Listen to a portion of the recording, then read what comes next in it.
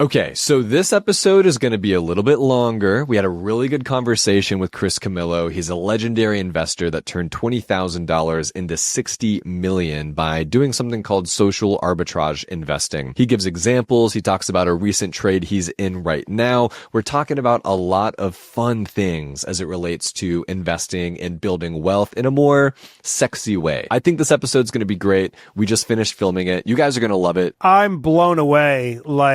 This episode is just so incredible, and I can't wait to see the audience's response. And I think it's very informative, but also in our typical fashion, really breaks down the harder topics in a way that anyone can execute on it.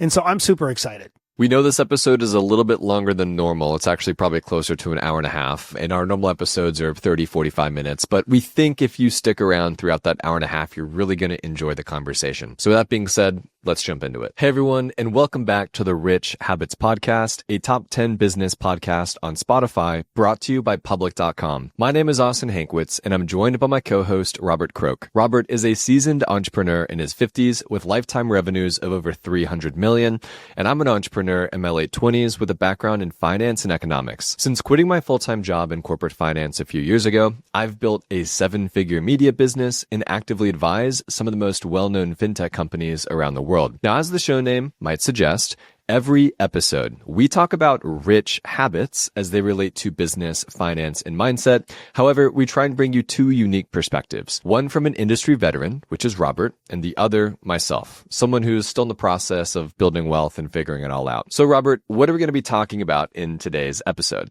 In this week's episode of the Rich Habits Podcast, we are joined by legendary investor Chris Camillo. Chris is most famously known for turning $20K into $30 million over a 14-year period of time by implementing an investment strategy he calls social arbitrage investing, and I can't wait to dig into this. So for those of you at home that are trying to do the math, that's about a 70% annualized return on the entire portfolio every year for 14 consecutive years. It is not a typo. I'm not saying it wrong. That is the facts of what has happened here. So from 2006 to 2020, he turned $20,000 into $30 million.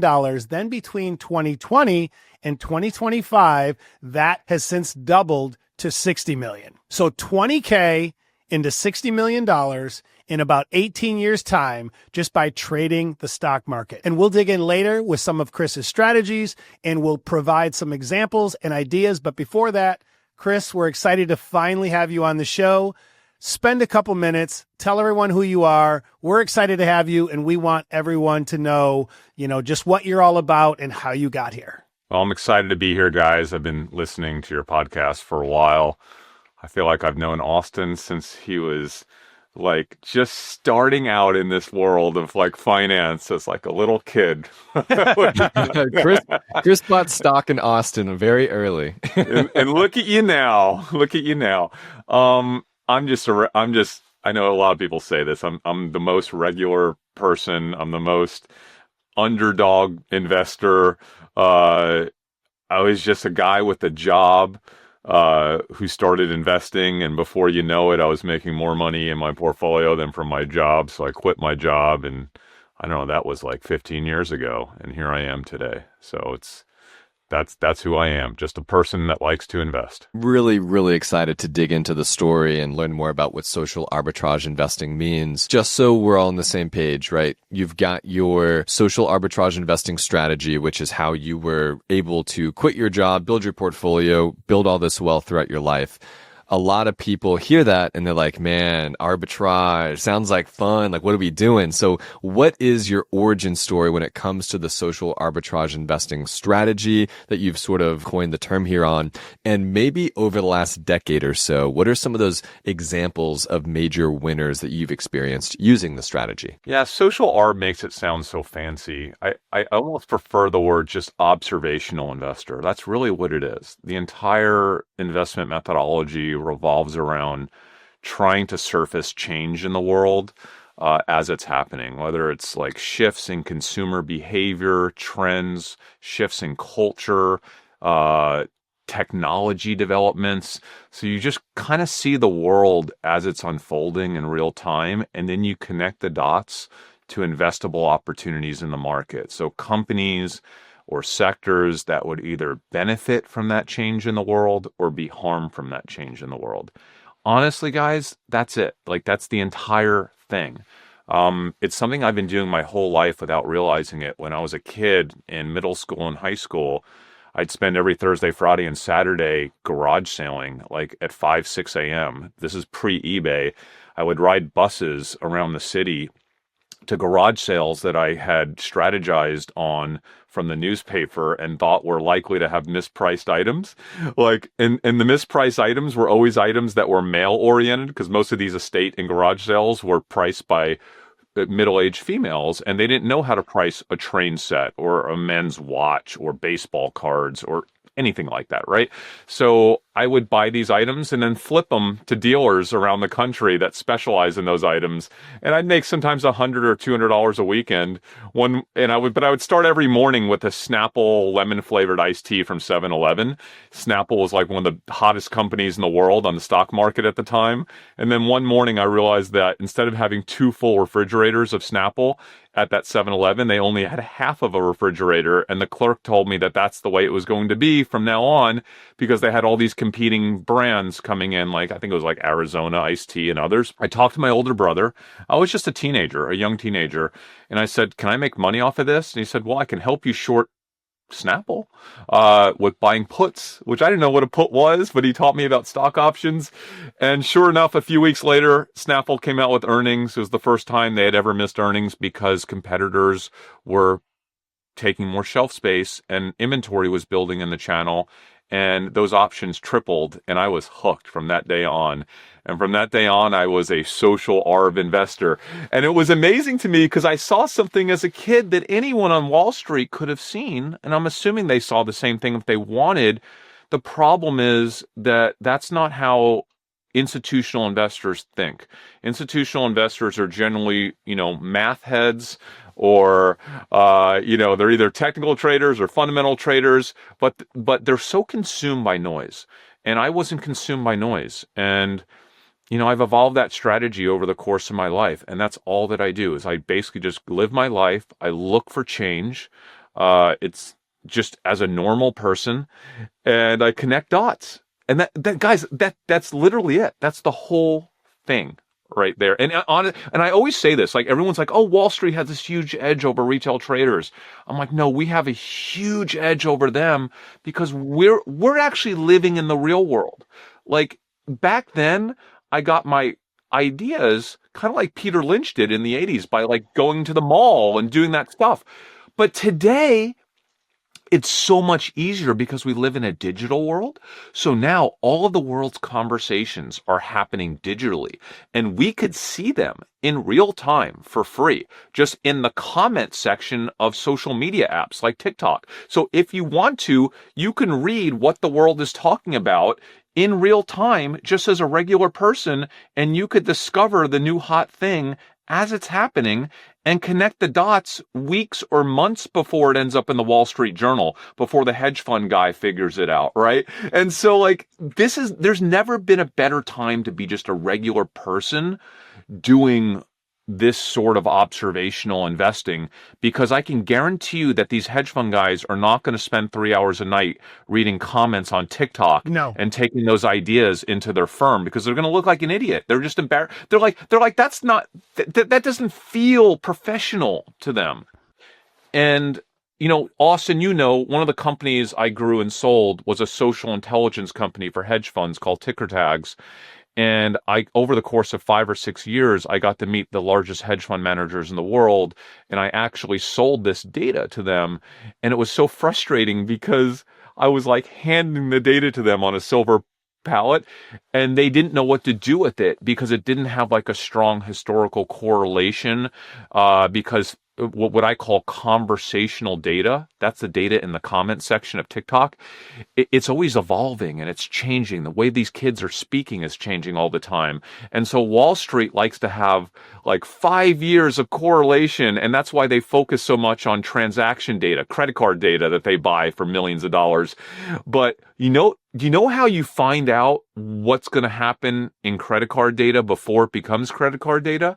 conversational data, because people speak about what they're interested in, about what they're doing and buying, and what they want to buy before they actually do it. So it's not as clean of a data source, but it's the earliest and the gold standard for discovery data. And it's a type of data that we all as regular people have access to.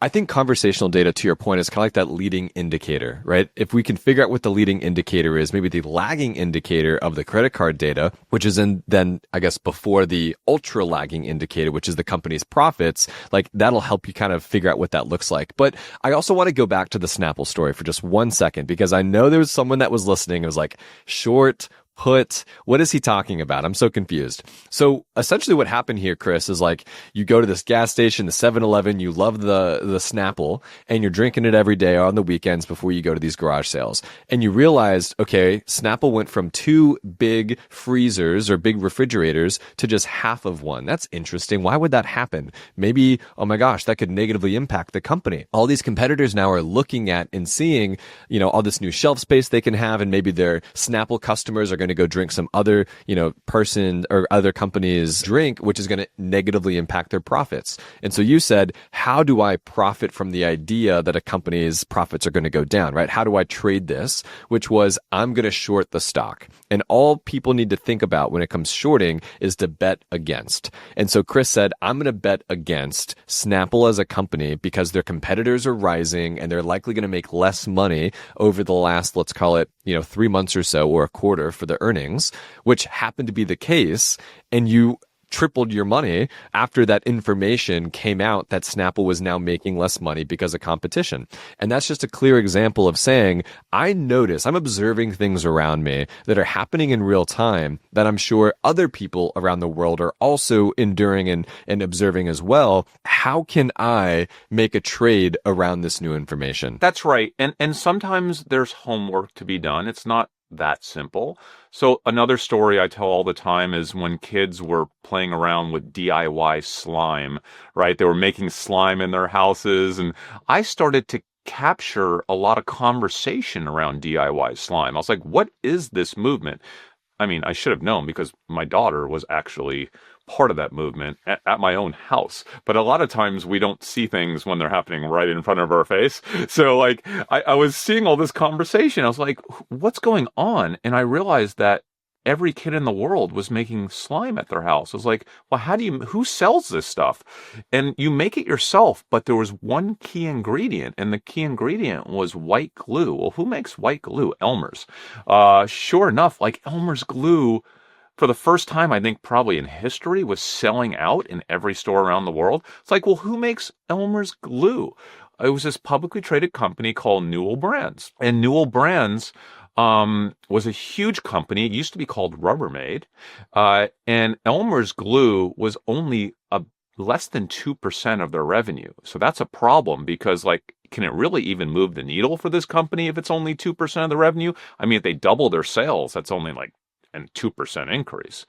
But I also found out that this company, Newell Brands, was an old established company that was barely growing at all. And a 2% move in growth would be monumental for this company. They were only growing, I think, at the time at a couple percent, 2-3% a year. So I was able to surface that and I was able to trade that. And sure enough, in their next earnings call, guess what they were talking about? We have this segment, this Elmer's glue. This is going wild and we're making glue 24 hours a day. We can't keep up with demand. And it actually impacted their earnings. And the stock went up, I think, 16% that quarter. Now, I had a leverage position, which was a call option position, and I actually made 300% in just a few weeks. But it's all because I was able to surface some change that was happening in the world. By the way, that was change that any parent could see in real time. And I was able to connect the dots back to a publicly traded company. One part of my process is it a needle mover? At first, it didn't seem like a needle mover, but then it did when I realized how slow growth the company was. And then I had to determine, is there anything else happening at this company this quarter that is more important or more impactful than this thing that I discovered? Because a lot of times there are other things happening at companies that are even more important. So that's So that could kind of ruin your trade, right? But there wasn't. And so I went forward with the last thing. It's so important. This is like the most important thing of this observational investing methodology for everyone to understand, is that if the rest of the world has already figured this out, if the stock market already knows about it, if other investors know about it, if it's already in the news, then you're not able to actually arbitrage the idea. Right. And so like that is not always a black and white thing, because sometimes some people know about it, but not everyone. So you have to make that determination. And I have a process for that. I actually wrote a book in 2010 called Laughing at Wall Street, where I talk about this whole process. And it's honestly a book that a 9-year-old could read and understand. It's not a complicated process. So much about investing is complex and like scary. What I do, I'm just telling you right now, I don't care. I have guys that I've taught how to do this that are like mailmen, deliver packages for UPS, dentists, homemakers, teachers. I have plumbers that have worked for me that have started doing this. And no matter who you are, I guarantee you, this is a style of investing that anyone in the world can embrace. And that's what I love about it, is I meet people around the world from all different trades and backgrounds and education levels. And it's truly an applicable investment style that you could have fun with. And you don't have to quit your job. You could just like start to apply it to your life. You become an observational person. Yeah, I want to touch on this because, I'm living proof. Chris, I don't know how much you know about Silly Bands, but we went from a 7-8 person company to a 3,000 person company in 18 months. And we went from doing a couple $1,000s in sales a week to doing $1 million weeks, all from this. What that's related to for me is going back to Peter Lynch. He changed my life. The book One Up on Wall Street.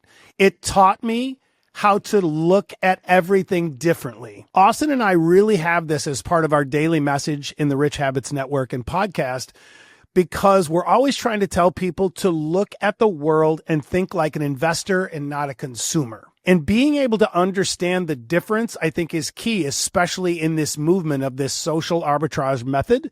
And I think it's so important. In Peter Lynch's book, I think it was one of the best books to really illustrate, go to the mall, figure out what, and just look at things differently. And that's how I have changed so much over the last 30 years of investing myself. And so I love that you touched on Peter Lynch, because I just feel like he was one of the first ones to really get away from the technicals only and really look at it from where the trends are, especially now because we're gifted with TikTok and Instagram. So we can really stay on top of these types of trades and this type of movement, because there's so much momentum that happens overnight. We saw the Saratoga water thing happen a couple weeks ago. They missed the boat on that one. They could have really latched on to that and probably moved the needle, but they didn't. But there's always something going viral. And I love this. And I think this episode is going to be one of our most impactful episodes ever, because it's going to really open the eyes to people. You don't need to be an expert at learning stock charts. You don't need to be an expert in options or puts or any of that. You just need to understand, and this is a message Austin and I live by, is that you just have to be ahead of the masses. You don't have to be first to a sector. You don't have to be first to a trend. Just beat Wall Street and beat the rest of retail, and you will absolutely crush it. So I love this so, so much. So walk us through, what's a recent trade where you saw something that the pros missed, and how did you position yourself in that trade so that the audience can understand? I'll tell you about a recent trade that I'm still in, and it's actually my number 2 position. Before I do, Robert, you mentioned Silly Band, so I just have to tell you my Silly Band story. I had a trade on Silly Bands. Could you guess what it was? The publicly traded company at the time that benefited most from the Silly Band trend. It had to be Target or Walmart, or was it a smaller company? Yep. Hallmark. Nope. Okay, tell me. Because I discovered the Silly Bands trend fairly early on, and I started doing my homework, and I said, who's going to benefit from this most? Well, yes, they did sell them at Target and Walmart. Silly Bands was never going to be a needle mover for either of those companies because it was way too small of a piece of their revenue. But where Silly Bands was a huge needle mover was Five Below. Five Below yes. It's very rare that a cheap product, that cheap, can become one of the hottest products in the world. And that allows Five Below, who at the time, everything used to cost $5 or less, now they sell more expensive stuff, was able to lean into that trend. And they drove massive amounts of foot traffic to Five Below when everybody was trying to buy Silly Bands. Yep. And what happened was people bought their Silly Bands, but once they get them in the store, they buy 10 or 12 other things at Five Below because you can't not. So Silly Bands was a massive driver of revenue for Five Below, and it was actually one of my biggest trades that year. So we have that in common. Oh, that gives me goosebumps. That is incredible, and I had no idea that was coming. I promise the audience that blows my mind. Wow, that's so cool. People always say, well, Chris, do you remember this trend? Let me just tell you, you're going to think I'm psychotic. There is not one trend that's happened in the last 17 years that I wasn't deep into. Like, this has been my life. My whole life has been every single meaningful change that has happened in the world over the past 17 years and researching how I might or might not be able to make money off that change in the world. So, like, if there's a trend, if there is a consumer trend, I was on it. I love that. I love it because, you know, people are always saying, get into real estate if you want to get rich, get into this. And I always back it up from my own experience that real estate is great. Everyone should own it. But if you want to become really rich, really fast, develop a product or a service and get it out there, because we went from zero to 50, 75 million a year in sales. And it felt like overnight, even though it took like 18 months. But Robert, that's so hard.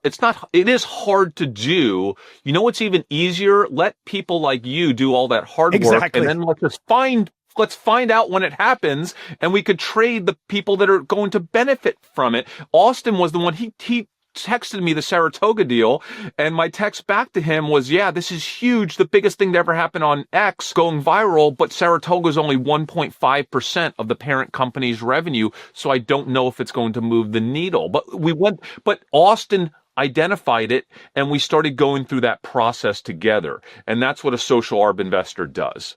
By the way, you will only find one great social arb investment for every 40 or 50 things that you discover. So you have to have a big top of funnel, knowing that not a lot of things fall to the bottom that really are needle movers that other people hadn't discovered yet, where there's not something more important happening at the company, and it's at a publicly traded company that we all have access to the stock market. But anyway, I'll digress. You want a current one, right? You want a current one. And I have one that I'm actually pretty excited about. And this is a company that I was there when the founder actually pitched the company, believe it or not, to a small group of us. And I said, this is crazy. This is insane.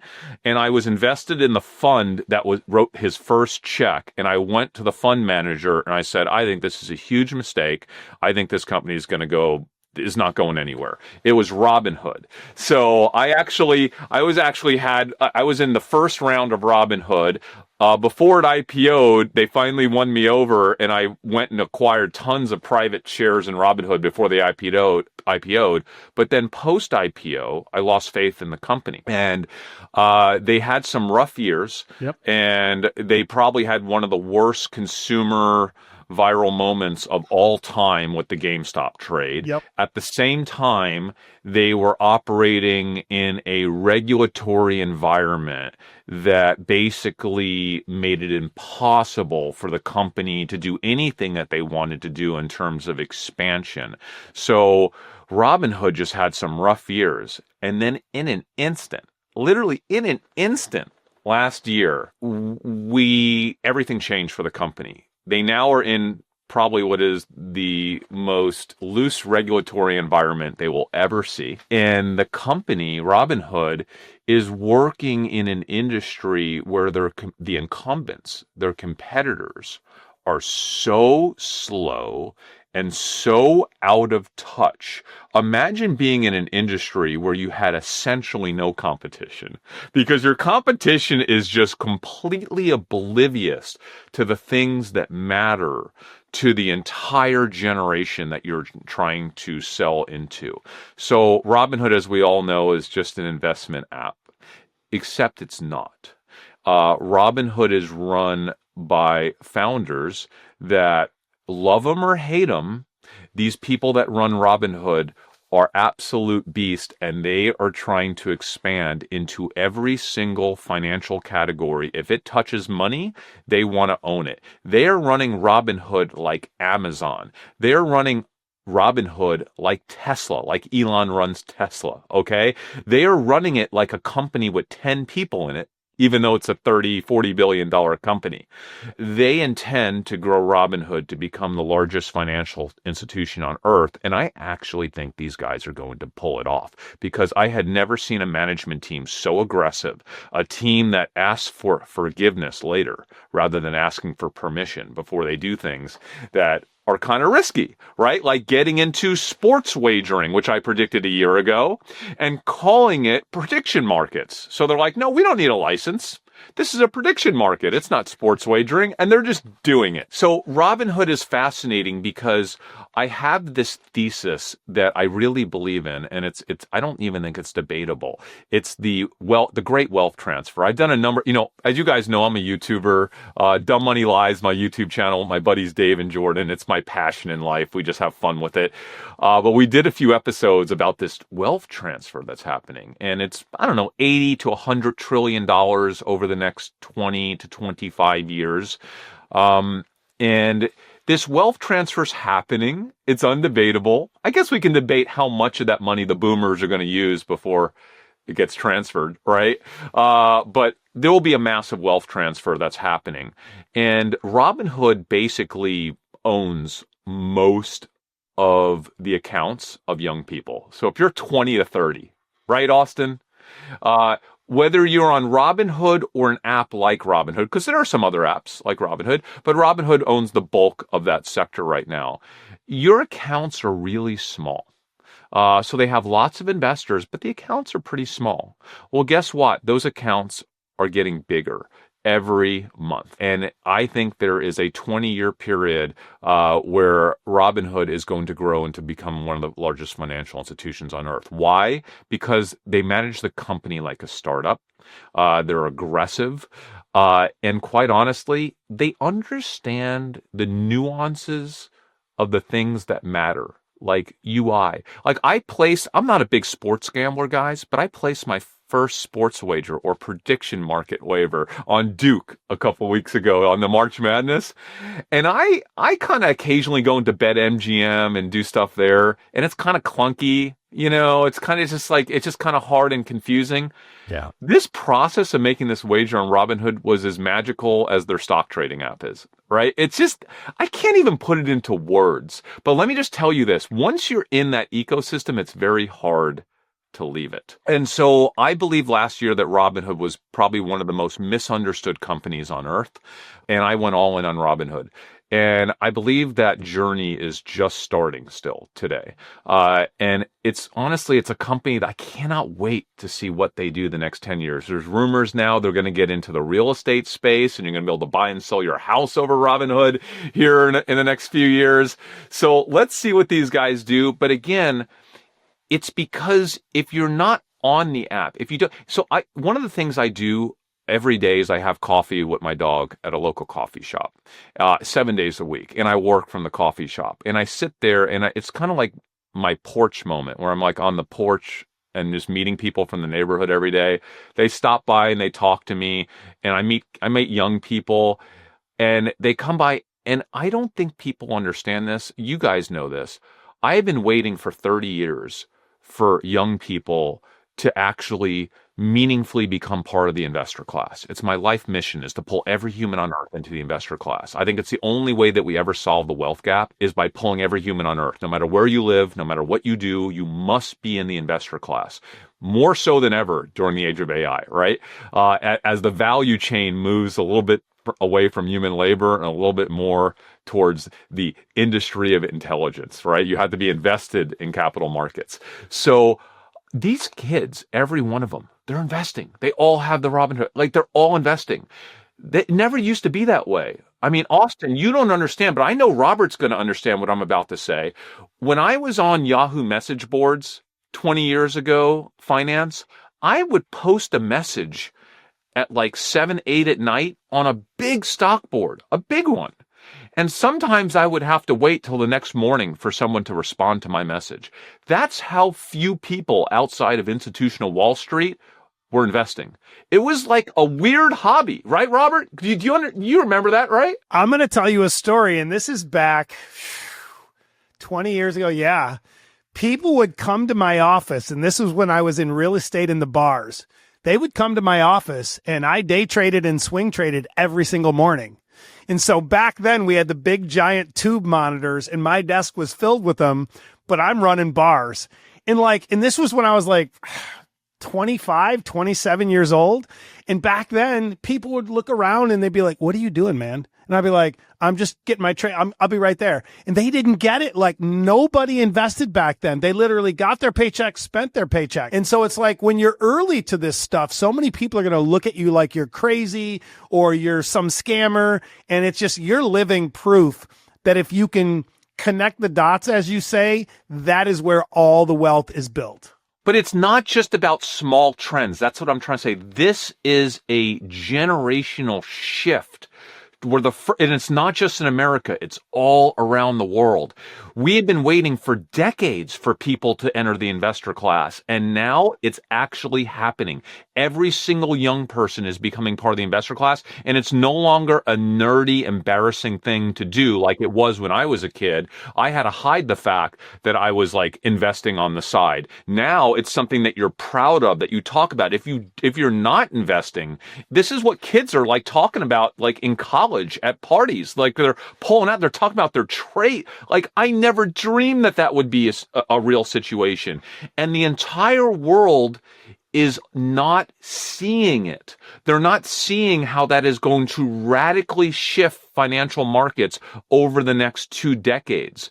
They're not seeing it. And like, it's such a big shift, but it's going to take time to see that cultural shift translate to massive amounts of money for whoever the financial institution is that is able to capture that generation's trust and accounts. Like I said, it's one that not a lot of people talk about because it's not going to happen overnight. But if there's one company right now that I feel could 20, 30x over the next couple decades that I'm confident in, it's Robinhood. And that's why it's grown to become almost my number one position. And it has to do with it's a cultural shift where it's become cool and expected that you better darn well be investing, because if not, who the hell are you? Now, before we jump to our next question with Chris, I want to call something out that's pretty important. It doesn't matter how you get interested in stock investing, right? It could be from social media, the comment section, TikTok videos, but what matters is that you're actually investing. So if you're looking for an online brokerage platform that's actually built during this century, give public.com a try. On Public, you can invest in almost anything: stocks, bonds, crypto, options, and more. And if you're like us and you keep an emergency fund, you can take advantage of their 4.1% APY offered by their high yield cash account. Discover why NerdWallet gave Public 5 stars for its ease of use and investment selection. Fund your account in 5 minutes or less and earn up to $10,000 when you transfer your investments over to Public. And for a limited time, Public is offering a 1% match on all IRA contributions. So if you're finally investing towards a Roth IRA this year, do it on Public and earn 1% 100% match on all contributions. Paid for by Public Investing. Full disclosures in the podcast description. And Robert, I know we've been talking a little bit about Robinhood in this episode, but despite that, we are big fans of Public. We love the platform, and we think that everyone should go check out Public. We've been using Public for half a decade now and could not say enough about how cool their platform is and how powerful it has become over the last several years. Yeah, 100%. We love Public. All right, let's now jump back to our interview with Chris. No, I love it. It's funny because, I mean, to your point, my girlfriend, she's got her Roth IRA rolling. She's got her investments. We're talking about, Shopify and like, when did that ever exist? To your point, 20, 30 years ago, right? But it's so funny you mentioned Robinhood because like from a, social beyond just like this, like, let's call it secular growth trend of a, asset shift from the boomers to their children. That's absolutely going to be like a continuous thing that's going to drive Robinhood forward. But beyond that, just like from a social arb perspective, I don't know if you remember this, Chris, but about maybe 4 or 5 weeks ago, Robinhood got the guy from Trivia HQ, Rob, I think his name might be, and it was like a live question and answer. And if you stuck around and got all 12 questions right, you would win like a couple $1,000. And literally, I have a group chat with like, let's call it a dozen guys here in Nashville. We're all between the ages of like 25 and 30. And we're all like, guys, what are we going to do? We got to sit down together. We got to figure these questions out. Like we all got to, make money on Robinhood trying to figure this stuff out. And it's just like, you're totally right. I mean, Robinhood specifically is doing a lot of really interesting things. If it's their gold card, to your point, they're doing some, I think like cash delivery now they announced and some real estate stuff. Like they're pushing on the bleeding edge as it relates to financial services. And I can respect it a lot. But more importantly than just like what this specific company is doing, you've got this like 80 to $100 trillion of assets that will be passed down from one generation to another. And I don't know about you, but, Ireland, my girlfriend, she's not going to get her inheritance after her parents pass and go, yeah, I think I'm going to keep it with the boring vanguards of the world. She's going to say, what do? Do I put some in Bitcoin? Do I go get some of this? How do I make this more impactful to me and reflect, my own personality as an investor? Even more importantly, she will be accustomed to engaging with a brand and an app and a financial institution. It might or might not be Robinhood, but for a lot of young people, more than not, it is. And you're not going to want to like, wait, what? No, I want to add to my existing portfolio where I feel comfortable because they have all these tools and they make it so fun and you could check your net worth every day and you just kind of want everything consolidated. And also Robinhood understands how highly engaging it is to have their fingers out into so many different markets to where you could do so much through the app. Like you don't have to go on a different app for crypto if you don't want to. You can do your crypto there. You can do your equities there. You can do your credit card there. You can, you get cash delivered to you. If you potentially, they might get more involved in banking as time goes on, right? Now they're like a pseudo bank, but eventually, who knows? They might become a bank someday as well. I think it all comes down to becoming frictionless. The world moves so quickly, and I think Robinhood has done it really well. And Austin and I have been talking about Robinhood stock more and more in recent months, but they've just figured out how to be viral with a younger audience and be frictionless. It's like you alluded to earlier. It's so easy to do transactions in there that people don't back out because of fear, because they're unsure of what they're doing. And I think as that gets better and better, not just with Robinhood, with Public and other companies like them, I think it's just going to open the door for more and more people feeling comfortable in getting out there and investing more. So I love that we're talking about this because it just brings me back to when I was in my 20s and no one invested. It just wasn't even a thing back then. It just was not. If you weren't 50, you didn't know anything about index funds, mutual funds, or what a stock really was. And so I just love really talking about this side because Austin and I are always alluding to that getting people out of the consumer mindset and get them into the investor mindset. And this episode really nails that. And I'm so happy. Robert, do you remember, I used to do, when I was in college at SMU in Dallas, this was like in the late, so embarrassing, I guess mid 90s.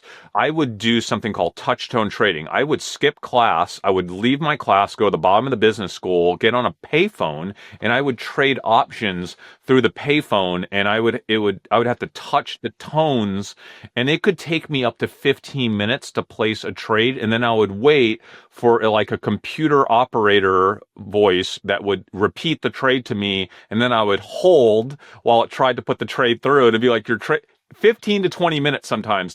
And if the trade didn't go through, if the market moved, you'd have to redo the whole thing. But that's how hard it was to place a trade. And by the way, that was through Fidelity Investments at the time. That was bleeding edge technology to make a trade, because otherwise you were actually calling a person on the phone and doing the same thing. But nobody did that back then. That was like crazy. Yeah, I remember I would go to my cousin Tim's office at the time to make my trades and literally do that. He'd be like, "What are you going to do?" And I'm like, "Well, I got this $800 and I'm going to do this." And we would literally call and get on the phone, and you'd have to go through the prompts, and then they'd get on and they'd write the ticket, like actual stock buying ticket, and process the order, and you had to wait on the phone. It's just crazy to think. And now everyone listening, realize you are living in the absolute golden age of technology and entrepreneurship and being able to build wealth from nothing. So please take advantage of it, because this episode just brings back so many memories from when I was 21, 25, 26 years old. It was not like this. But when we speak about social arb, I think it's really important, because a lot of people look at my past 17 years and they go, well, that's great. I missed out on that boat and it's too late now, and look at the market. Let me just say something right now. The larger the change, the bigger the opportunity. The faster that change is coming, the bigger the opportunity, okay, as an observational investor. There has never been a time in my multi-decade investment career when and I've seen a lot. I was a kid in 87, going all the way through the dot-com boom, the technology boom, the smartphone boom, the cloud computing boom, and I have traded all of them and done really well. I have never seen anything come even remotely close to what is on the frontier of the commercialization and the productization of artificial intelligence that has not even started yet. This is the biggest change I have seen in my lifetime. I think the next 5 to 10 years are the biggest opportunity that we've ever seen to be investors, okay? I think I am more excited about my own investing the next 5 years, 10 years, than I have been the last 20 years. And if you're a young person watching this right now and you think you missed the boat, let me tell you something. I actually said this on another podcast earlier this week. If it were me, what I would be doing right now, because we all have school and jobs and stuff, I would be doing whatever it took to make a little bit of extra money right now, or to save a little bit of extra money, or to make trade-offs in my life, to carve out a little bit of extra money, specifically to put in like a high risk, high reward investment account, or some partition of your investment account, because whatever money you're able to find or make the next few years that you can invest aggressively in the new world, this new world of AI and the beneficiaries of AI, and not even to mention my favorite subject, embodied AI, which is the embodiment of AI, which is inside of robots. I'm telling you, you will look back in 20 years and you will say, oh my gosh, thank God I was able to have some money to invest in that, because you will then feel like you really missed the boat if you didn't, quite honestly. So you should be really excited to be an investor in 2025 and beyond. Now, before we ask Chris our next question, let's take a moment to talk about market volatility. A recent Bank of America survey of wealthy individuals stated that by next year, these ultra-high net worth individuals could be devoting up to 11% of their portfolios to fine art and collectibles. Tariffs are going to have their own impact on the markets, but art has historically been an asset class celebrated for its lack of correlation to other popular assets for the last 3 decades. Sotheby's just had their first big auction of 2025, and it nearly topped the very highest end of their internal estimates. Not to mention, the co-founder of Blackstone right now has been buying a lot of artwork as well. Now, it's important to keep an eye on multiple asset classes, not only because we always preach diversification, but because we have our own investments in art. We're both using Masterworks and have been using Masterworks to diversify our own portfolios for about 5 years now. That's right. Both of us invest through Masterworks, the sponsor of today's episode, and we've even interviewed their founder and CEO, Scott Lynn, on the show. Since then, they've crossed over $1 billion in capital raised, featuring artwork offerings that typically range from $500,000 to $20 million. Although with Masterworks, you don't need to spend millions or even be an art expert. Masterworks has offered investments in over 450 works and exited 23 works thus far, with investors realizing annual returns including 17.6%, 17.8%, and even 21.5% on those works held longer than 1 year. Join over 1 million Masterworks users at masterworks.art/rich habits, which is also in the show notes of this episode. As with any investment, past performance is not indicative of future returns. Investing involves risk. Sale returns are not inclusive of unsold works.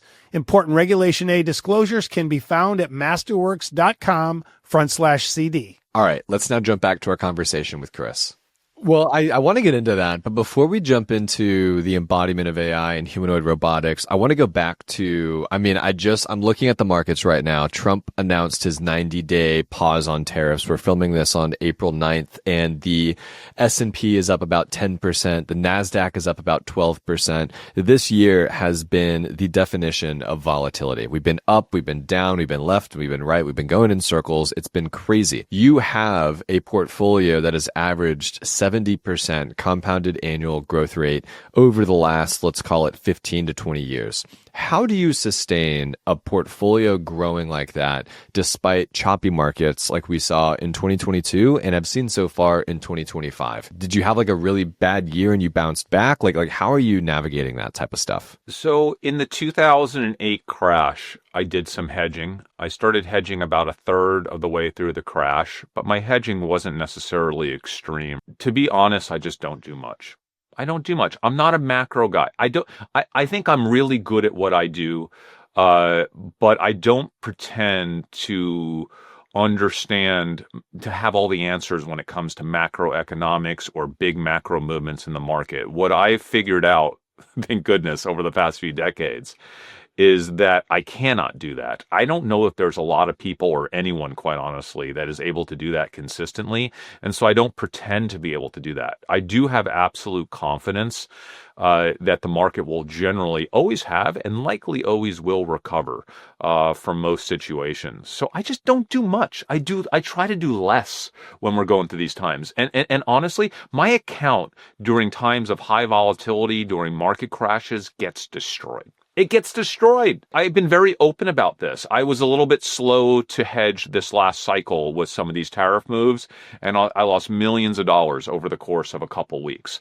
But that's okay. I don't sell either. Okay. So there's never been a time when I haven't looked back a year later and said, I'm better off because of that horrible market event. Because usually during these market events, as long as you're not retired, as long as you still have some form of income, as long as you still have some capacity to generate money that you can add to your portfolio, over the long run, these sort of events always have worked in my favor.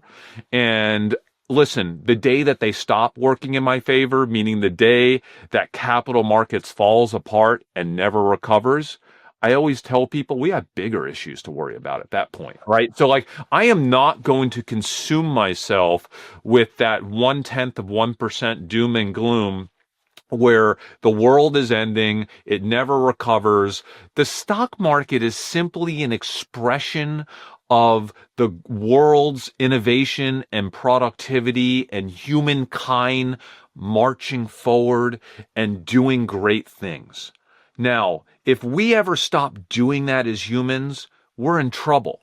But as long as we continue to find a way and we don't blow ourselves up, which we might, but that's a bigger problem, right? As long as we continue to march forward, theoretically, capital markets should continue to expand. And that has always been my thesis and always will be my thesis. So I am always aware that my portfolio can get chopped in half, 50%. Worst case, 70%. Okay. I am prepared to lose 50 to 70% of my portfolio over some short period of time. So when I look at my portfolio, I go, can I live with it being 50 to 70% lower? And as long as the answer is yes, I'm not doing much of anything. Do I try to hedge sometimes? Yes, absolutely. I try to hedge. But, usually my hedges don't even pay off. I try to get too involved with it, and I end up spending too much money to hedge, and I'm late on it. So it's like, but guys, you don't have to really worry about that stuff, I don't think. I just don't worry about it. I agree with you entirely. And that's what Robert and I really try and emphasize as well, is like, we want as many people as possible to be invested into these tried and true blue chip index funds and ETFs like the S&P 500 and the NASDAQ, because we believe as long as American capitalism will continue to trend into the future, the S&P 500 will continue to trend higher as well. Sure, we'll have, the ups and downs that come with tariffs or, the coronavirus or whatever happens that causes the news cycle to do its thing. But as long as you have a long-term investor mentality, everything's going to be just fine. Could I just tell you something also? I want to remind you guys that I did just have a regular job. I was a regular guy.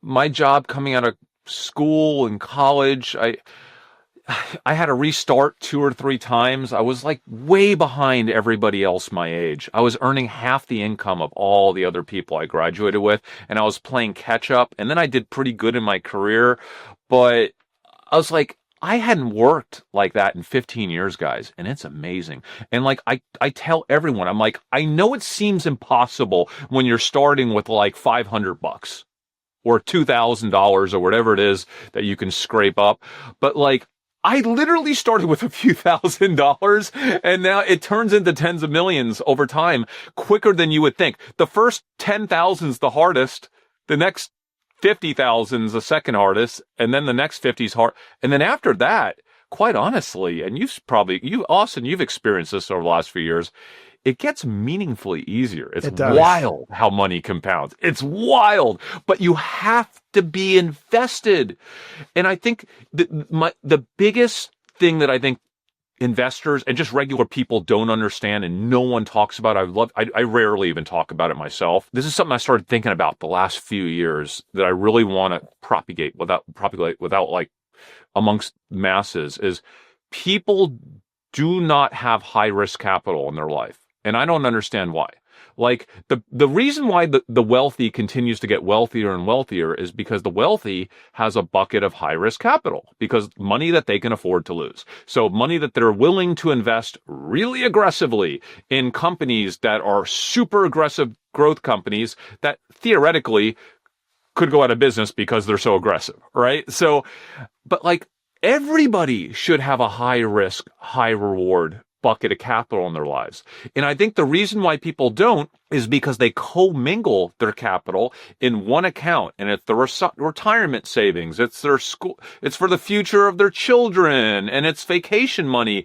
But what if you just had a separate bucket of money, whether it's a separate account or money in your account that you just have partitioned somehow, and the only money that you put there is money that you generate through trade-offs. Okay, I am going to, I don't know, I'm not going to drink coffee for 3 months at the Starbucks. I'm going to make it myself, and I'm going to make $300. That might not be worth saving $300, but if you think about every dollar as eventually growing to $100, which is what I did literally over 3 years, my first 3 years of investing, all of a sudden that $300 is $30,000. So would you give up coffee at Starbucks for 3 months for $30,000? Yeah, you would.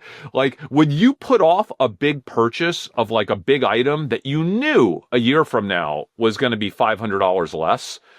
Probably not. So I'd rather have it now, for $500. But if that $500 was $50,000, which actually is what that $500 is over 20 years or whatever, you would put off the purchase a year.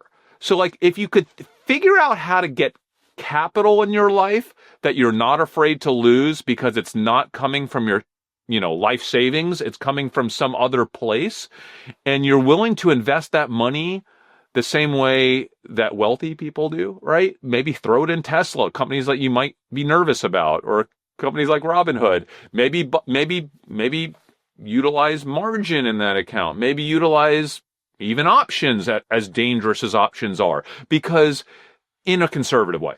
But because that money is high risk, high reward. Like, it's really hard. I'm going to tell you guys, it's really hard to generate 70% annualized returns. It's really hard to do that if you don't have leverage. Okay. So I have leverage either through margin or through options. I have leverage, and you probably shouldn't be using leverage in the same account that is earmarked for like retirement and kids and all that stuff, right? So like, I think bucketing money is something that no one constructively discusses. And in my book, I call that a big money account. I said, everybody should have a big money account. And if you have to do some DoorDash once a week that you normally are too embarrassed. Oh, my favorite example is clipping coupons. Clipping coupons is something that nobody does in my world, okay? And because is it really worth clipping a coupon to save $1?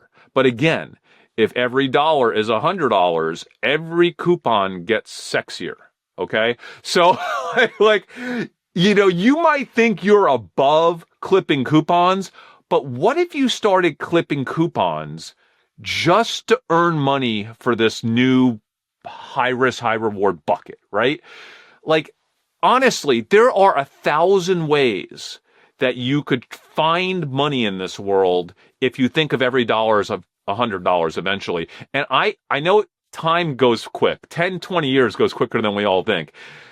You will eventually be that guy with millions and millions and millions of dollars if you do this. Like, I'm just telling you, it's hard to not be that guy if you apply that methodology. Yeah, Austin and I talk about it all the time, and we use the side hustle method. We tell people, look, if in your regular income, because the fake gurus always just say, well, don't save money here, don't save money there, just go make more money, but it's not that simple. We just always tell people, go get a side hustle.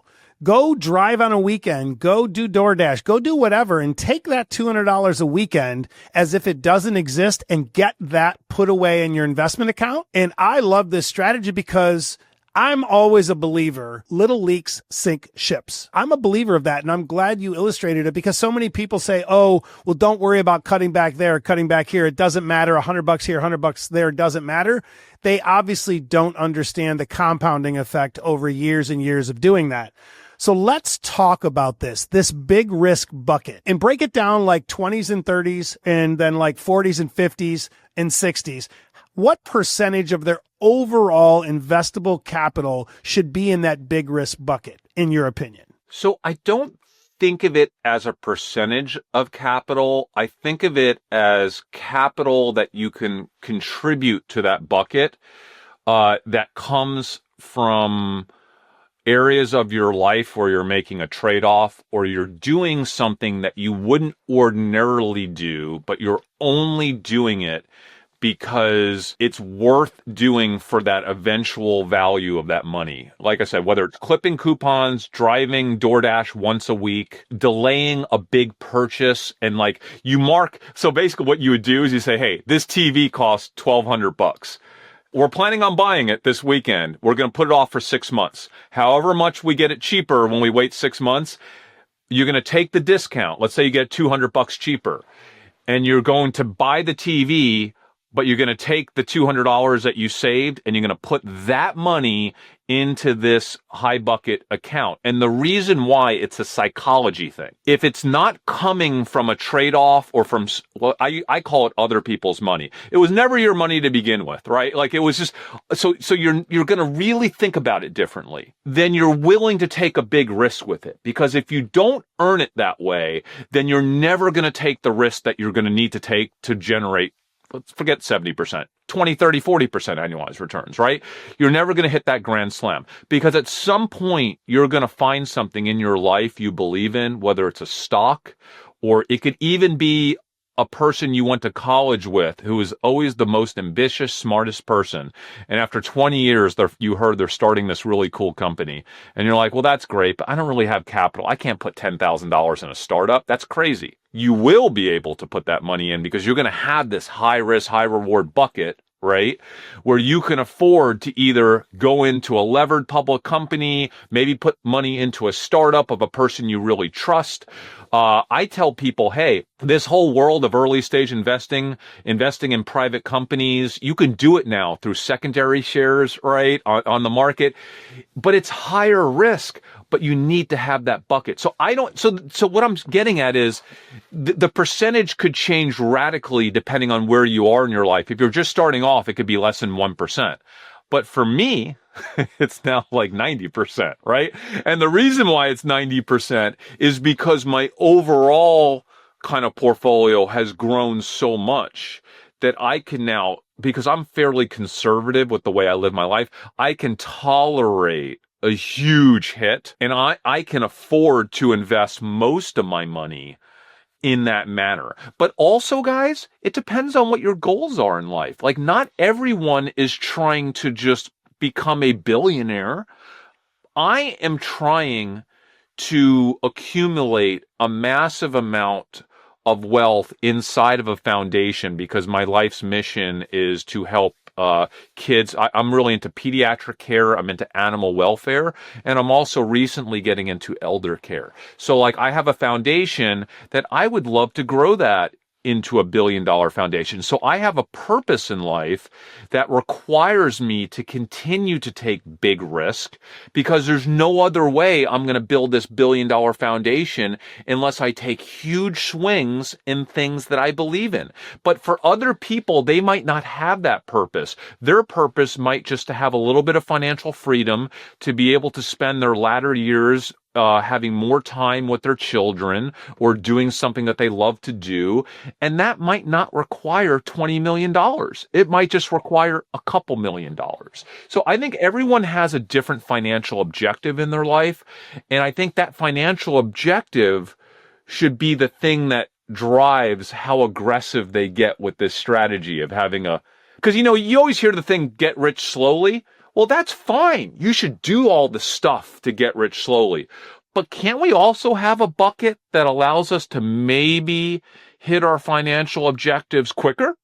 I mean, maybe, right? Like, can't we do both? Like, why not do both? Why not get rich slowly, but also maybe get rich a little quicker if things turn our way?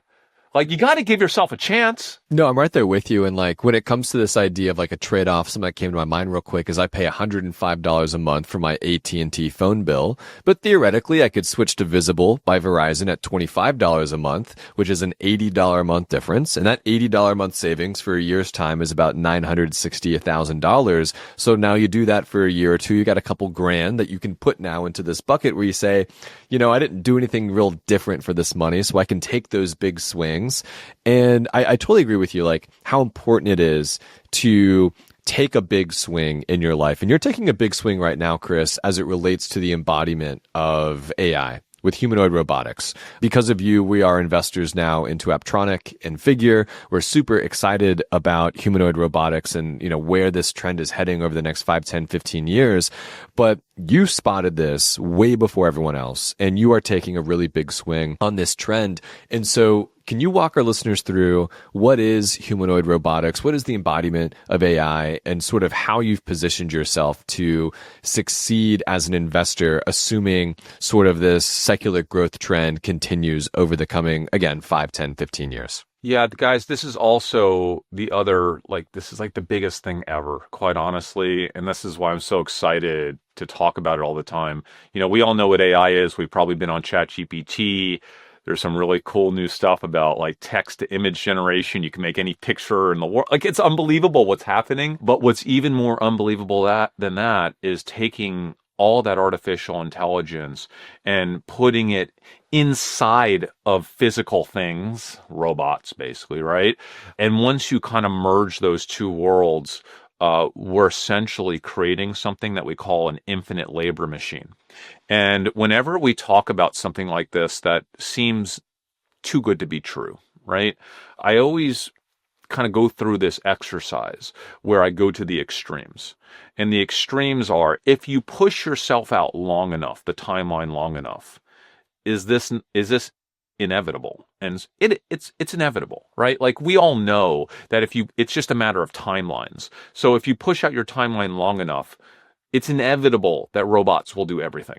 Literally everything. So then the only question we have is timeline. I've been really fortunate that I was connected with some of the world's top roboticists 7 years ago before anyone was even talking about any of this stuff. And I thought it was the dumbest thing in the world, right? And like, I did not invest, but I was just really fortunate, like absolutely lucky, dumb lucky that I just happened to meet who is now one of the top 3 or 4 CEOs in the world in robotics 7 years ago when he was a nobody and crazy.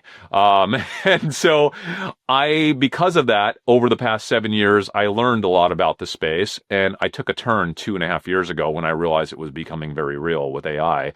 And now I'm probably one of the largest investors in the world into humanoid robotics. And I have seen things that most people in the world haven't seen. And all I can say is the inevitability of artificially driven robots in our world is coming way sooner than anyone would anticipate. It's not coming like in the next few months, but we're not going to have to wait decades either. These are single-digit years robots are going to dramatically change our global economy. Because in nearly every industry category in the world, if you speak to CEOs and you ask them, hey, what's your number one concern? What's your number one bottleneck to growth? It's always physical labor. Physical labor is somewhere between 1/3 and 50% of global GDP.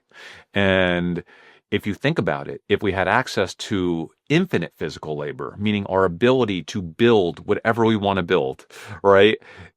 That sector of embodied AI can actually be meaningfully larger than all of global GDP today, because there would be no more constraints upon what we're able to build as a civilization. So all the products that we use, even medications, all these things take massive amounts of hardware and manufacturing. It's unbelievably difficult. And it's the bottleneck of the world. It always has been.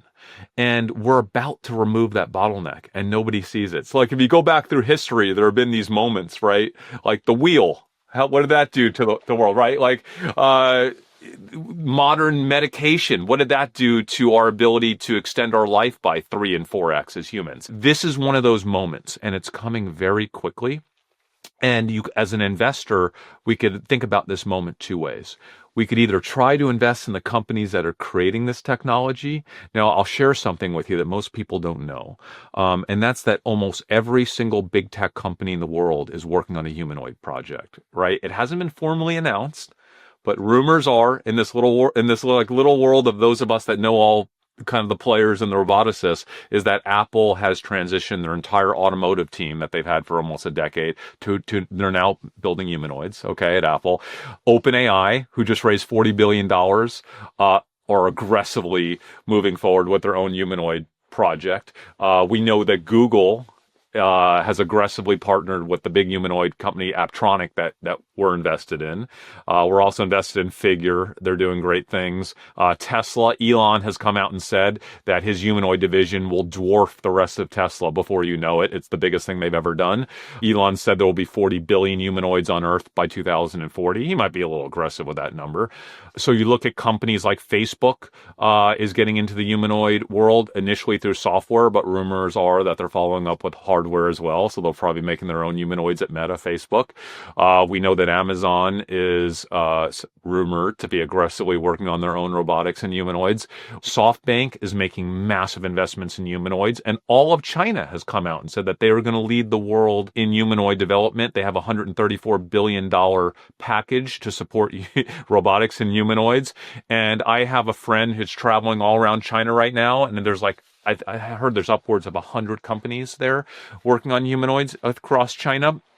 So this is the new arms race. This is perhaps one of the most important technological developments in human history, in that we could be single-digit years away from having a true, scalable, infinite labor machine that will potentially bring humans into the age of abundance, which kind of sounds crazy.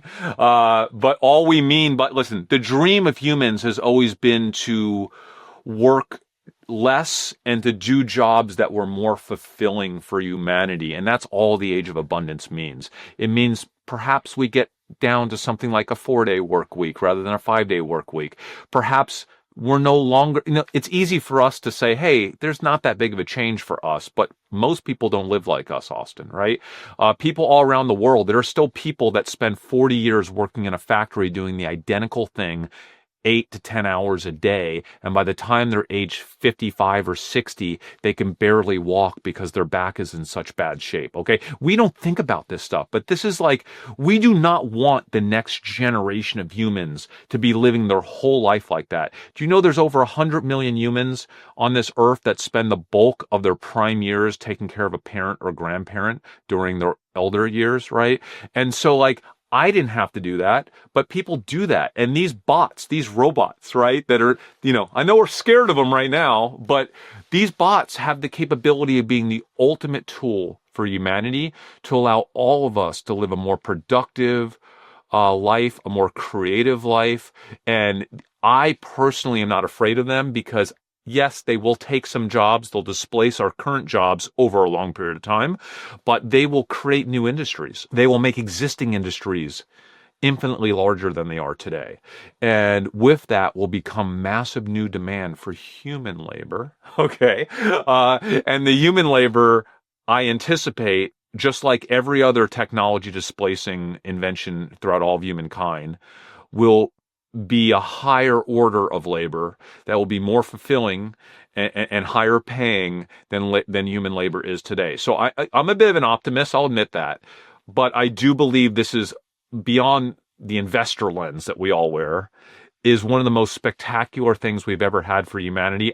I'm working with a company right now that I just got introduced to that has making robots for pharmaceutical labs for drug discovery that they believe in the next decade, they can 100-fold the amount of drug testing to invent new drugs because they're taking this kind of CRISPR technology where we can use AI to assess what potentially would be new drugs. There's still a huge bottleneck because a human has to do all the test tube stuff and like, you get what I'm saying? So like they believe over the next decade, blending AI with machinery and robotics in the lab, we can have a 100x increase in our ability to actually physically test new drug discovery, right? And so this is how we're going to cure cancer, right? This is how we're going to make a meaningful, impactful change to the world. And the embodiment of AI means a lot of things. It's not just humanoid robots. It's lab robots. It's robots across a spectrum of industries that are going to make our lives, I believe, meaningfully better. But as an investor, you can invest in the companies that make the robots, but you can also think about how it's going to change economies and which companies are most likely to benefit. Remember, like whenever there's a big change, okay, by the way, we can invest in some of these companies through private markets, through secondary exchanges, right? If you want to, even as long as you're accredited. But also, what companies would benefit most? It's just a good question to pose. Like, how about Amazon? Could you imagine Amazon with the distribution they have globally? What's the largest expense for Amazon? It's human labor, right? It's just an interesting thought project, but these are things that we should be thinking about now, because as investors, this might just be the biggest opportunity of your entire lifetime because these things don't come around every year. They seem to come around every 10 years or so. And some of them are bigger than others. Like the internet was pretty big, when it hit. So this, I think, is bigger than the internet. Definitely. I know it's a little controversial. I think it's bigger. Yeah, I've just got a couple more things that I want to back up on a little bit. Does this get us to a universal basic income faster if we believe that a lot of this robotics, humanoid robotics, is going to be in play in the next 5 years? Because that's where I think we get to a better quality of life, is building out this infrastructure of universal basic income for the people that will be displaced from some of these, lower, less skilled jobs. And so that's where I think things are going to go. And I think that's going to be actually really good for the quality of life. So what are your thoughts on that? And then I'll ask my last question. I'll say yes, but when we say universal basic income, because this is something I think about a lot, the way that we express that in reality doesn't necessarily have to be a free check. You're just getting money. Right.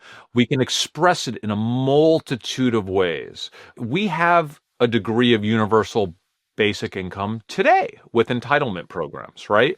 So we could see an expansion of those programs. We could have new programs. We can have free health care. There are numerous ways that the world can express, abundance to humanity without necessarily just handing you a paycheck and going, you don't work anymore. Yep. I do believe that if you look at population decline, I think there will actually be pretty significant demand for human labor, but human labor will not be what we think it is today. And what I mean by that is if you go back 70 years, a lot of the jobs that we have today, including the one you guys have right now on this show, people would laugh at and say, come on, that's not a job. Like maybe the radio existed and there were like 15 people that had jobs on the radio, but the fact that, 10 million people now think that they're a radio person through their own private pipe, they're like, that's just not a job. So stop trying to pretend that you can just talk about whatever you want to talk about and that's a job. But it is a job.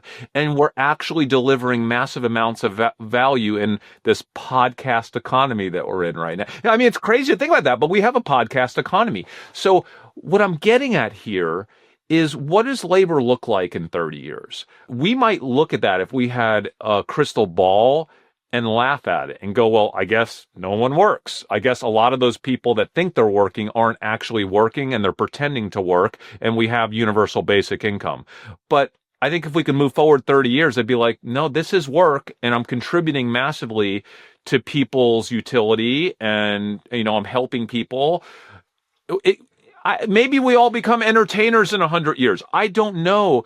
But the definition of labor is something that changes throughout all of humanity. That's what I'm getting at. So we should not try to put too rigid of a framework around what the future looks like and how we define something like universal basic income, because I think UBI comes with a lot of negativity, because we're like, well, that's not a healthy thing for humans not to have goals in life and not to be productive. I believe that humans generally, many of us, will continue to have really strong missions and goals in life of what we're trying to achieve. One thing I like to talk about a lot, 'cause I'm a really big animal guy. Okay. So I look at the animal world and animal welfare, and I think, there's so many things that I want to do. I want to do so much for the way that we treat animals in the world seems so archaic in 2025. But we have bigger problems now. And that's why we still haven't really moved the needle much. So in an age of abundance, society might have the bandwidth to radically change the way that we think about something as some people might think as dumb as animal welfare, right? How do we think about that? Our food supply. How do we have a kinder food supply, right? So there are so many obstacles. There's so many things that we still need to do as a civilization that we haven't been able to get to yet, because we're just trying to put a roof over our head. We're trying to feed people. We're trying to stay warm to an extent. But guys, as we tackle those problems with infinite labor machines, right, that can grow all of our food and do all this stuff, and it's no longer expensive for the world to have a moderate life, now we can tackle the next layer of problems that just weren't something that we were capable of thinking about in 25. Does that make sense, I guess? Absolutely makes sense. All right, Robert, before we ask Chris our last question, let's give a quick shout out to our friends over at Neos Investments. This episode of the Rich Habits podcast is brought to you by Neos Investments. Neos offers ETFs that seek high levels of monthly income with a keen focus on tax efficiency while providing core portfolio exposure across equities, fixed income, real estate, cryptocurrency, and cash alternatives like T-bills. Their ETFs may be especially interesting for investors looking to generate tax-efficient monthly income inside of their own portfolios. Their funds may serve as a compelling, income-focused alternative or even complement to many of the investments already in investor portfolios. And if you're looking to add passive income-focused ETFs to your portfolio, consider learning more about NEOS ETFs at neosfunds.com.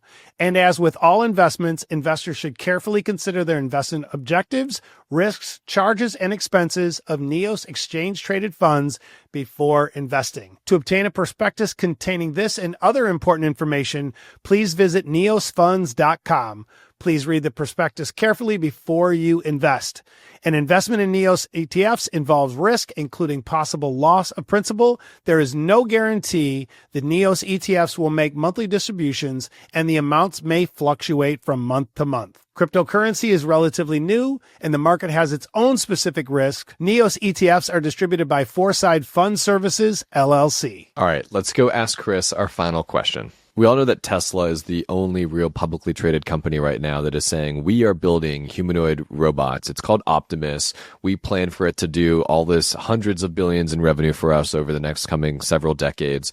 How else can investors right now, tactically speaking, expose themselves to this growing, sector that is the embodiment of AI? Is it through NVIDIA? Is it through hardware? Is it software? Is it the end somewhere on the value chain? How do they tactically go out and do something that's going to expose themselves to embodiment of AI? I think there are, in terms of public companies, there are also some other robotics companies, especially in the healthcare space. But yeah, Tesla's an obvious one, right? Obvious one. Although currently investors are not focused on that. So Tesla is really volatile because investors are currently focused on the automotive sector. Now, at a certain point in the future, I believe investors are going to flip a switch and everyone's going to be focused on Optimus, and maybe even FSD, somewhere in between those two things. I think that will actually happen in the next 12 months or so. And I think Tesla will become a very large position for me. Also NVIDIA. NVIDIA is dead set. If you listen to Jensen, listen to any of his talks, it's all he likes to talk about is humanoids, right? There's a reason for that. Humanoids and embodied AI might end up being one of the largest markets for NVIDIA. NVIDIA is dead intent on becoming the sole chip maker for a lot of these bots. So yeah, NVIDIA is another way to express that thesis. There are a couple leading private companies. Aptronic is one. Figure AI is another. The only way to invest in those is through secondary markets. You have to be anyone can do it, but you have to be an accredited investor. By the way, I'm not an investment advisor. I'm just sharing all the theoretical things. Not that people should do any of this stuff. I'm doing all the stuff, by the way, all of it, right? So are we. We're right there with you. Yeah. And then the other way is, of course, trying to identify, and this is kind of a more difficult thesis, but trying to identify the companies that would benefit most from automation. Who will benefit most from automation? Period. I believe that Amazon is very high up in that food chain as a company that's going to benefit most, and also a company that is super aggressive in that space already. Amazon is the type of company that they are willing to invest incredible amounts of capital for things that will not pay off for 5 or more years. And when we hit this kind of age of automation and robotics, which is coming very quickly. Guys, have you seen some of those Chinese ports that are fully automated?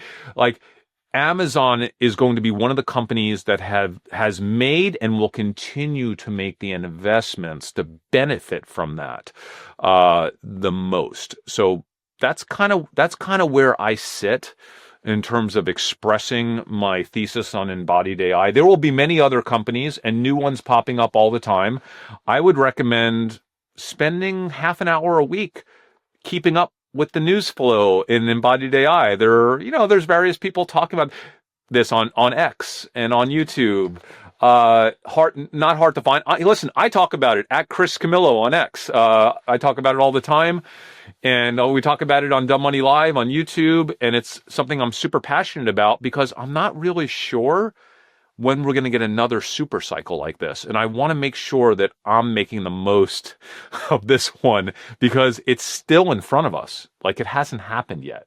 right? Which is really cool. I could not agree more, Chris. I think just like the last super cycle, I think is like probably the iPhone, right? The smartphone. Like that was like the last like real. No, how about cloud computing? I think Okay, came cloud after. computing. I will also give credit though to streaming services. I would say that has been a big super cycle as well, but nothing to the point. Like I've seen the videos of the, Aptronic robots and the figure robots, and I've seen these other videos of like the training data that goes into some of these things, and it is the most mind-boggling. Like if you are watching this right now on Spotify or YouTube, I highly recommend going to YouTube, typing in just like figure AI robot demo or whatever, and look at some of these videos of these robots that are, and let's make sure we're just like defining too, before we wrap up the show, is like, these aren't connected to Wi-Fi. These aren't being programmed by some people that are behind the scenes. This is a real robot that is internally, you tell it to do something in natural language English, and it will understand what you're saying. And it's not running it through like a chat GPT server, right? It's all inside the bot,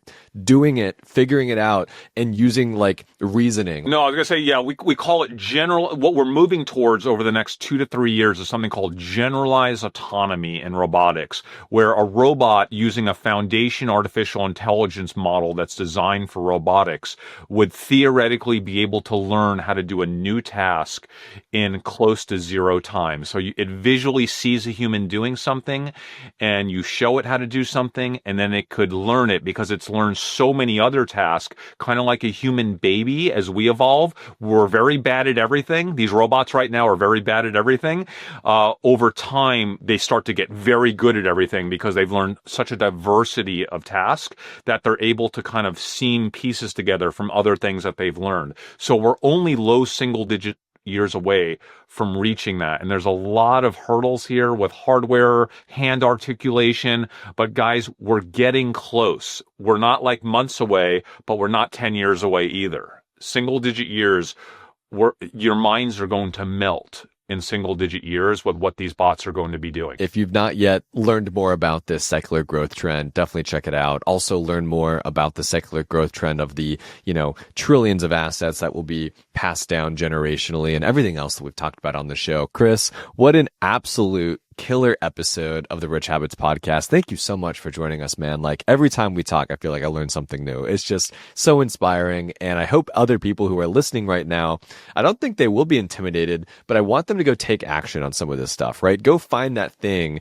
that you can trim $50 a month or $100 a month on, right? Make those sort of sacrifices or trade-offs that you can go find and create that high risk bucket, or, go do that thing that's going to allow you to read the comment section more methodically and make an actual trade about an idea you've observed, if it's at the mall, at the 7-Eleven, or anywhere else around your life. Like, be observant and go actually be an investor now with this information. Also be patient. Be patient. It takes time to rewire your brain to observe things and connect dots. At first, you're going to miss more than you catch, but if you're consciously thinking about it, it takes years, but you will get there, and you'll start to observe things way more keenly once you start to rewire your brain to actually see the things that are right in front of you. Yeah, I've been saying it a lot more recently, Chris, over the last, let's call it 6-8 months, of telling people to think more deeply. And in this instance of this episode,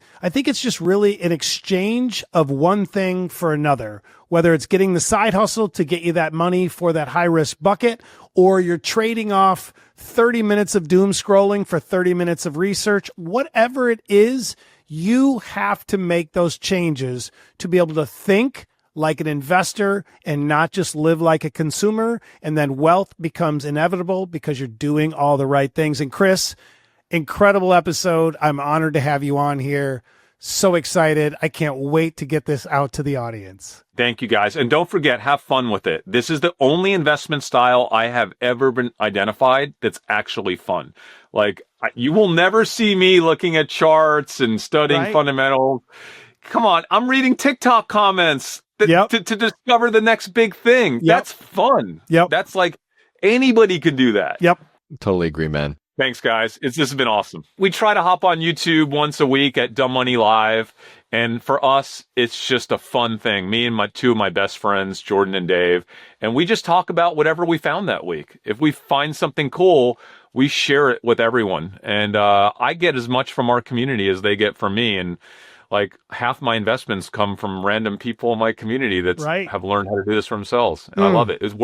We just share. I love it. Everyone go check out Dumb Money Live on YouTube. It is a great watch. I watch it every single time they come with a new episode because it's so well thought through. Chris, thanks again for joining us, man. And we'll see you next time. Appreciate it, guys. All right, Robert, Chris just hopped off. Let's do our post-interview recap as we always do. I love talking to that guy. He's been a mentor of mine for about half a decade now, and he is just so insightful. He's a wonderful storyteller. And not just that, but like he walks the walk, right? It's one thing to say, yeah, guys, go, don't just be a consumer, be an investor and look and be observant, stuff like that. And then he's like, yeah, I made like millions of dollars on Peloton during, the pandemic, or I made all this money on this trade and that trade. And it's just like, it's so cool that you're able to go from, I don't know what I'm doing at all, to now I'm curious, to now I'm going to go use this high risk bucket, right? I think that's a cool idea. It's so cool, man. I love it. It was a mind-bending episode for me when he told the Silly Band story, how he was trading and arbitraging and use his strategy back when Silly Bands were hot way long ago, 15 years ago. That was crazy. But then also, I feel like I learned everything about understanding the markets better from Peter Lynch, the book One Up on Wall Street. And he touched on that before I could even bring it up. This episode, for all of you watching, please watch the whole episode, share it with a friend, share it with a family member. It will change lives for decades to come. Please do that, because this episode, I had goosebumps the whole time, and it was incredible. I couldn't have said it better myself, Robert. If you are someone who is inspired by this episode, go share it with someone else that, you think is going to be inspired as well. I mean, this is the type of stuff that gets people interested about investing. And it just is a little bit of a step in the right direction, right? He alluded to it. You should have sort of this like high risk, high reward bucket, but he said you should also do all the right things with your retirement accounts and your investing. Like if some of this social arbitrage investing is what causes people to get excited about just investing in general, to go open up those boring accounts that are going to build wealth over time, then we did our jobs, right? We think Chris is an incredible investor. He is, 20,000 to 60 million in about 2 decades is just unbelievable to think about. And he's so educated as it relates to humanoid robotics. And I'm really, really excited to see this sector of the market continue to mature over the coming years and decades. It's mind-blowing. I feel honored that we get to do this every single week and bring on guests like Chris, because it just really is so cool to see someone as accomplished and well-respected as him reiterating the same message that we have over and over of what our audience and our listeners should be doing. And then just adding that spice on top, those other little tips and hacks to help people think differently and get ahead of the masses. So yeah, I'm really pumped to see this episode come out. And if you're not subscribed, I'm looking it up right now, to the Dumb Money Live YouTube channel. It's Dumb Money Live. They got 140,000 subscribers. You go to their homepage and you click on the live videos here. The most recent one is Robot Revolution, Truth or Hype. But I'm telling you, him, Jordan, Dave, they sit down for 30 minutes to an hour and they talk about this stuff in real time with comments and questions. So go check them out. Really, really incredible channel over there. Everyone, thank you so much for joining us on this week's episode of the Rich Habits Podcast. If you've not yet trialed the Rich Habits Network, we're running a 7-day free trial right now, which means no strings attached. You sign up, you create an account, you join our live stream, you ask us questions, you post in the school community, or maybe you watch some of the 8 hours of video coursework that we've built for you, and you stick around for 7 days. And if you absolutely hate it, you can cancel your subscription. Nothing gets charged to your accounts. It's completely no strings attached, no hard feelings. Go check it out. We've got over 150 people that have joined the Rich Habits Network in the last 6 weeks alone, and you guys are loving it. So there's going to be a link in the show notes below to do that as well. As always, thank you all for stopping by. We are so appreciative each and every week. And just always remember, share the episodes with a friend, leave that 5-star review. Do that for us as we try to continually bring you tons of value and insights on how to handle markets like this when they're choppy, and just really give you the best guidance and value that we can. Thanks, everyone, and have a great start to your week.